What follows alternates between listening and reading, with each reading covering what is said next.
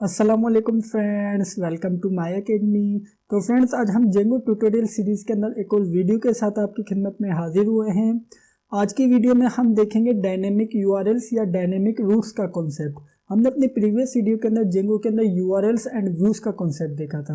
तो फ्रेंड्स, अगर आपने अभी तक जेंगो के कंप्लीट कोर्स की इस प्लेलिस्ट को एक्सेस नहीं किया, जिसके अंदर हम ये कंप्लीट जो कोर्स है उसे कवर करते जा रहे हैं, तो अभी जाइए इस प्लेलिस्ट को एक्सेस कीजिए। इस प्लेलिस्ट का आपको एक एडवांटेज मिलेगा अगर आप इस प्लेलिस्ट को एक्सेस करते हैं। प्लेलिस्ट का एक एडवांटेज ये है कि आप इसके अंदर जेंगो को स्टेप बाय स्टेप सीखेंगे। स्टेप बाय स्टेप सीखने का मतलब ये है कि ऐसा ना हो कि अगर आप कोई भी बीच से वीडियो को ओपन कर लें, फिर आपको ना मालूम हो कि यार ये व्यूज़ क्या होते हैं, ये यूआरएल्स क्या होते हैं। ऐसा नहीं होगा आपके साथ। अगर आप स्टेप बाय स्टेप सीखेंगे तो आपको यहाँ पर कोई भी डिफ़िकल्टीज नहीं आएगी, इस बात की गारंटी मैं लेता हूँ।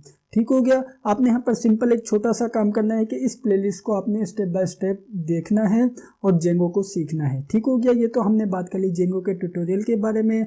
मैं उम्मीद करता हूँ कि आपको ये थोड़ी सी मेरा एक छोटा सा मशवरा अच्छा लगा होगा। तो आपने सिंपल क्या करना है, आपने सिंपल इस जेंगो की प्लेलिस्ट को एक्सेस कर लेना है। इस प्लेलिस्ट का लिंक मैं आपको वीडियो के डिस्क्रिप्शन में भी दे दूंगा और ऊपर आई बटन में भी मिल जाएगा। ठीक हो गया। तो आइए बगैर टाइम वेस्ट किए हुए आज की वीडियो स्टार्ट करते हैं। तो फ्रेंड्स, आइए डायनेमिक यूआरएल्स का कॉन्सेप्ट देख लेते हैं। डायनेमिक यूआरएल का कॉन्सेप्ट देखने से पहले मैं आपको एक छोटी सी एग्जांपल देता हूँ। एग्जांपल क्या है, एक छोटी सी आपको एक तरह से मैं आपका एक कॉन्सेप्ट क्लियर करना चाह रहा हूँ। तो फ्रेंड्स, आप यहाँ पर देख सकते हैं कि मैंने यहाँ पर alibaba.com के नेम से जो एक बहुत बड़ी ई कॉमर्स साइट है वो मैंने ओपन की हुई है। अगर आप यहाँ पर देखें तो मैंने यहाँ पर सर्चिंग में किया हुआ है शर्ट्स। मैंने यहाँ पर शर्ट सर्च की हुई है। तो आप यहाँ पर देख सकते हैं कि मेरे पास यहाँ पर बहुत सारी शर्ट डिस्प्ले हो रही हैं। तो मैं यहाँ पर क्या करूँगा, मैं यहाँ पर सिंपल सबसे पहले तो इस शर्ट के ऊपर क्लिक कर लेता हूँ। मैं रैंडम से कोई सी भी शर्ट के ऊपर क्लिक कर रहा हूँ। ठीक हो गया। तो आप यहाँ पर देख सकते हैं कि मेरे पास यहाँ पर एक न्यू पेज क्रिएट हो चुका है। अब मेरे पास यहाँ पर न्यू पेज के ऊपर इस शर्ट से रिलेटेड तमाम इंफॉर्मेशन आप यहाँ पर देख सकते हैं कि उस स्पेसिफिक शर्ट से रिलेटेड मेरे पास यहाँ पर तमाम इंफॉर्मेशन डिस्प्ले हो रही है। अगर इसी तरीके से मैं यहाँ पर क्या करूँगा, मैं यहाँ पर एक और शर्ट ओपन कर लेता हूँ। मैं यहाँ पर कोई भी एक रैंडम सी कोई भी दूसरी शर्ट को ओपन कर लेता हूँ। मैं यहाँ पर सिंपल इस शर्ट को ओपन कर लेता हूँ। तो आप यहाँ पर देख सकते हैं कि मेरे पास यहाँ पर सेम पेज है। आप यहाँ पर देख सकते हैं कि पेज में कोई डिफरेंस नहीं है, लेकिन न्यू पेज डिस्प्ले हो रहा है। अगर आप यहाँ पर देखें तो हमारे पास यहाँ पर जो पेज है वो कुछ इस तरीके से डिस्प्ले हो रहा है। इसके अंदर हमारे पास शर्ट के तमाम साइजेस वगैरह, प्राइसेस वगैरह डिस्प्ले हो रहे हैं। तो फ्रेंड्स, मेरा आपको यहाँ पर एक छोटे से एग्जाम्पल देने का मकसद क्या था, मैं आपसे यहाँ पर एक छोटा सा टेस्ट लेना चाहता हूँ। टेस्ट क्या है? टेस्ट ये है कि मैं अगर यहाँ पर जैसे जैसे शर्ट है हमारे पास, यहाँ पर इन शर्ट के इस अलग अलग स्पेसिफिक, मिसाल के तौर पे मैंने एक शर्ट के ऊपर क्लिक किया, उसका मुझे डेटा डिस्प्ले हुआ। तो मैंने तो ये कंसीडर किया कि अब जो मेरे पास यहाँ पर ये न्यू पेज है। ठीक हो गया। अब मैं आपसे यहाँ पर एक छोटा सा सवाल पूछता हूँ कि अगर मैं कोई और दूसरी शर्ट के बटन के ऊपर या किस दूसरी शर्ट को ओपन करना चाहता हूँ, तो मेरे पास यहाँ पर जो न्यू पेज डिस्प्ले हुआ है, क्या वो मेरे पास वही पेज है या न्यू पेज है? क्या मतलब ये है कि मेरा यहाँ पर जो डेटा डिस्प्ले हो रहा है वो तो चेंज होगा, लेकिन मेरा मतलब ये है कि मेरे पास यहाँ पर जो न्यू पेज डिस्प्ले हो रहा है, क्या वो जो न्यू पेज का जो बेसिक स्ट्रक्चर है वही है या कोई और है? तो ये आपसे मैं छोटा सा क्वेश्चन है मेरा। ठीक है। आपने यहाँ पर वीडियो को पॉज करना है और कमेंट बॉक्स में लिखना है कि न्यू पेज है, या मतलब कि न्यू पेज क्रिएट किया हुआ होगा हर शर्ट के लिए, या एक स्पेसिफिक शर्ट के या स्पेसिफिक पेज के ऊपर हमारे पास तमाम इंफॉर्मेशन डिस्प्ले हो रही है। आपने ये आंसर लाजमी मुझे करना है। ठीक हो गया। तो अब मैं आपको यहाँ पर एक छोटा सा डायनेमिक यूआरएल्स का कॉन्सेप्ट देता चलूँ।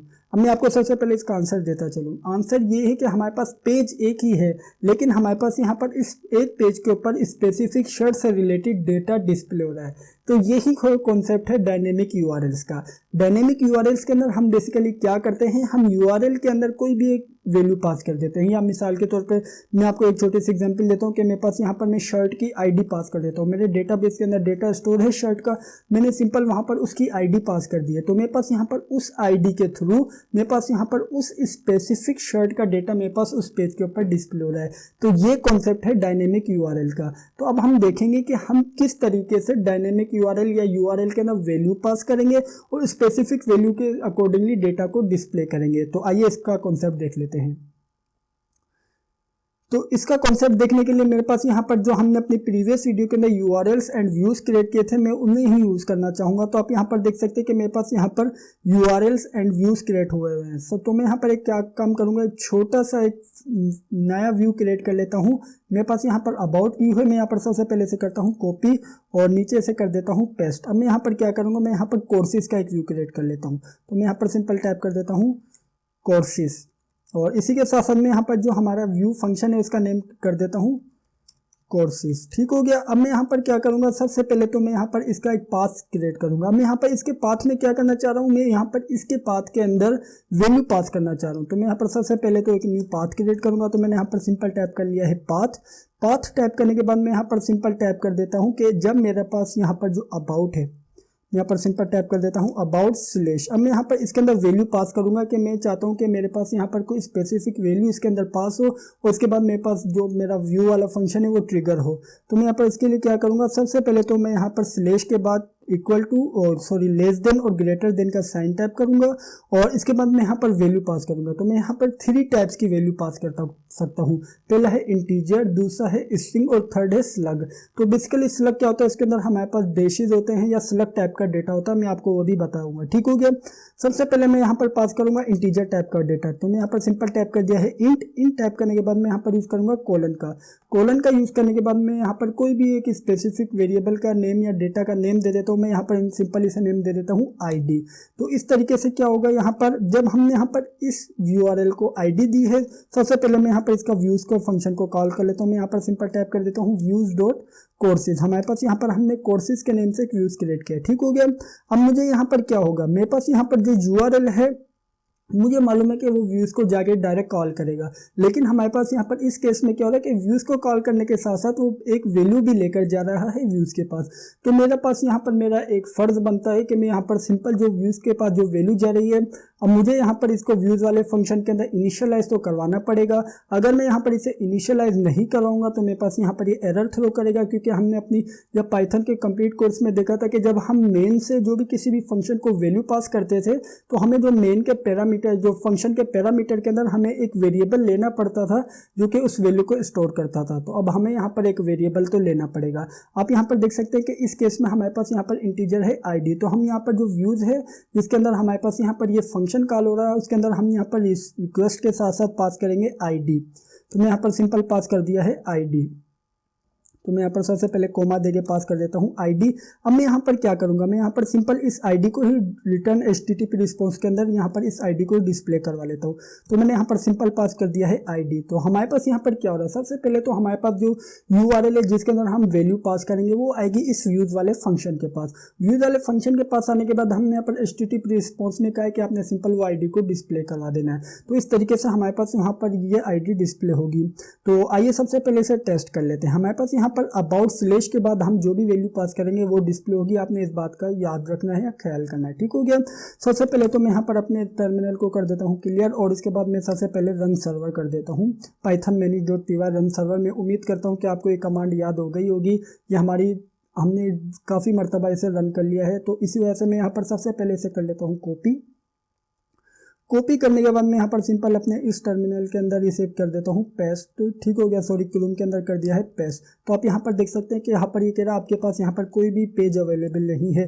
तो मैं यहाँ पर सिंपल टाइप कर देता हूँ /about। तो मैंने यहाँ पर /about जैसे ही टाइप किया तो आप यहाँ पर देख सकते हैं कि हमारे पास यहाँ पर मैसेज डिस्प्ले हो रहा है वेलकम टू अबाउट पेज। अब मैंने यहाँ पर जो मेरा पाथ है उसके अंदर मैंने यहाँ पर अबाउट के बाद अब मैंने कहा है कि अगर अबाउट के बाद कोई भी वैल्यू पास हो तो मेरे पास यहाँ पर कोर्सेज वाला व्यू का जो फंक्शन है वो ट्रिगर हो या वो वर्क करे।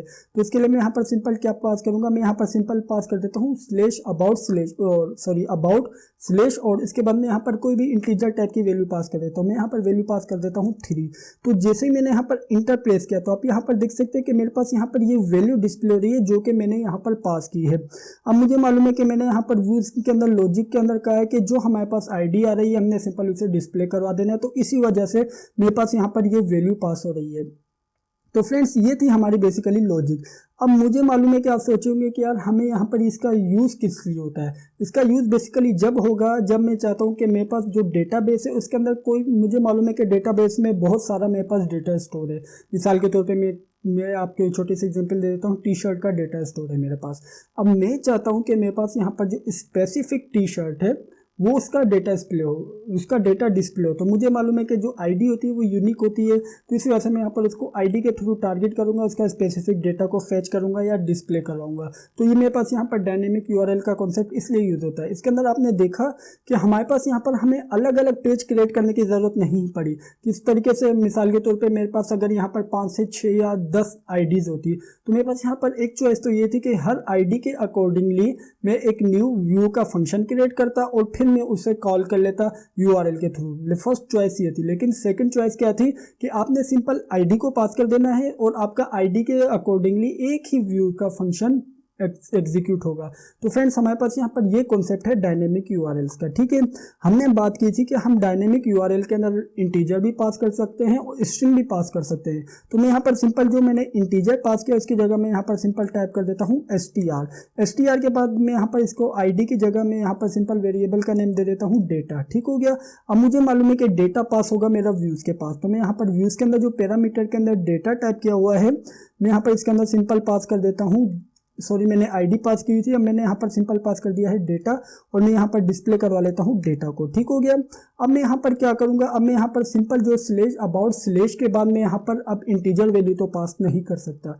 मैंने यहाँ पर जो मेरा जो पैटर्न है या पाथ है उसके अंदर मैंने कहा है कि हमारे पास सिर्फ और सिर्फ स्ट्रिंग वैल्यू आएगी। फॉर एग्जाम्पल मैं आपको यहाँ पर स्ट्रिंग वैल्यू या इंटीजर वैल्यू ही पास करके दिखा देता हूँ। मैंने यहाँ पर सिंपल टाइप किया है अबाउट स्लेश 3। मुझे मालूम है कि यहाँ पर ये स्ट्रिंग के अंदर इसे कन्वर्ट कर देगा। तो जैसे मैंने यहाँ पर इंटर प्रेस किया तो हमारे पास यहाँ पर 3 ही डिस्प्ले हो रहा है। इसी तरीके से मैं यहाँ पर कोर्सेज का हमारा व्यूज का फंक्शन, तो मैं यहाँ पर कोर्सेज के अंदर सिंपल पास कर देता हूँ /जेंगो। तो जैसे मैंने यहाँ पर जेंगो टाइप किया तो मेरे पास यहाँ पर जो मेरा व्यूज वाला फंक्शन है वो सिंपल डिस्प्ले करवा रहा है जेंगो। इसी तरीके से मैं यहाँ पर कोई भी स्ट्रिंग के अंदर लाइन पास कर देता हूँ जेंगो फ्रेमवर्क। ठीक हो गया। मैंने यहाँ पर सिंपल टाइप कर दिया है जेंगो फ्रेमवर्क। तो आप यहाँ पर देख सकते हैं कि मेरे पास यहाँ पर डिस्प्ले हो रहा है जेंगो फ्रेमवर्क। तो इस तरीके से हम यहाँ पर स्ट्रिंग वैल्यूज को भी पास कर सकते हैं। तो फ्रेंड्स अब हमारे पास बाकी लास्ट है वो है स्लग। स्लग के अंदर हमारे पास, आपको तो मालूम है कि स्लग टाइप का डेटा किस तरीके से होता है, जिसके अंदर हमारे पास डिशेज वगैरह होते हैं, वो डेटा होता है हमारे पास स्लग का। तो हम यहाँ पर सिंपल स्ट्रिंग की जगह सिंपल टाइप कर देंगे स्लग। ठीक हो गया। और अब हम यहाँ पर क्या करेंगे, सबसे पहले तो इसे कर लेते हैं रिफ्रेश करने के बाद आप यहाँ पर देख सकते हैं कि स्लग हमारा ये डेटा भी एक्सेप्ट कर रहा है। अगर इसी तरीके से मैं यहाँ पर इसके अंदर डैशेस वगैरह का यूज़ करूँ, जेंगो डैश फ्रेमवर्क, जैसे मैंने यहाँ पर इंटर प्रेस किया तो आप यहाँ पर देख सकते हैं कि मेरे पास यहाँ पर ये डेटा भी एक्सेप्टेबल है मेरा। ठीक हो गया। तो फ्रेंड्स ऐसा भी तो केस आ सकता है कि हमारे पास यहाँ पर जो फॉर एग्जांपल हमारे पास कोई भी एक यूआरएल के अंदर वैल्यूज आ रही है, हमें नहीं मालूम कि कौन सी वैल्यू आ रही है। तो उस केस में क्या होगा, उस केस में हम यहाँ पर क्या करेंगे, हम यहाँ पर सिंपल जो हमने वेरिएबल या कोई भी डेटा टाइप डिफाइन की है वेरिएबल के साथ, हम यहाँ पर उसे कर देंगे कैंसिल। हमने यहाँ पर सिंपल क्या कहा है, हमने यहाँ पर कहा है कि आपके अबाउट स्लेश के बाद एक डेटा आ रहा है, आपने सिंपल उसे डेटा नाम के वेरिएबल में स्टोर कर देना है और आपने सिंपल व्यूज को पास कर देना है। तो हमने यहाँ पर सिंपल ये कहा, हमने यहाँ पर इसकी डेटा टाइप नहीं बताई है। ठीक हो गया। अब हम यहाँ पर क्या करेंगे, अब हम यहाँ पर सबसे पहले इसे करते हैं रिफ्रेश करने के बाद अगर हम यहाँ पर जो भी डेटा पास करें, फॉर एग्जाम्पल मैं यहाँ पर रैंडम सा डेटा पास कर रहा हूँ, तो आप यहाँ पर देख सकते हैं कि ये भी एक्सेप्ट हो रहा है। अगर इसी तरीके से नंबरिंग के अंदर कोई डेटा पास करूँ, मैं यहाँ पर टाइप कर देता हूँ 1 2 3, तो मेरे पास यहाँ पर ये भी एक्सेप्ट हो रहा है। अगर इसी तरीके से मैं यहाँ पर टाइप कर देता हूँ 1 2 3 @ 1 2 3, तो मेरे पास यहाँ पर ये भी एक्सेप्ट हो रहा है। तो फ्रेंड्स इस तरीके से हमारे पास यहाँ पर डायनेमिक यूआरएल के अंदर ये तमाम कॉन्सेप्ट वर्क करता है। तो फ्रेंड्स ये थी हमारी आज की वीडियो। मैं उम्मीद करता हूँ कि आपको डायनेमिक यूआरएल से रिलेटेड तमाम कॉन्सेप्ट क्लियर हुआ होगा। अगर आपको स्टार्टिंग वाली एग्जाम्पल अच्छी लगी है तो आपने कमेंट बॉक्स में लाजमी बताना है कि एग्जाम्पल आपको कैसी लगी और आपका उस एग्जाम्पल से कॉन्सेप्ट क्लियर हुआ है या नहीं। तो फ्रेंड्स आज की वीडियो में इतना ही। Thank you for watching this video friends. Bye bye.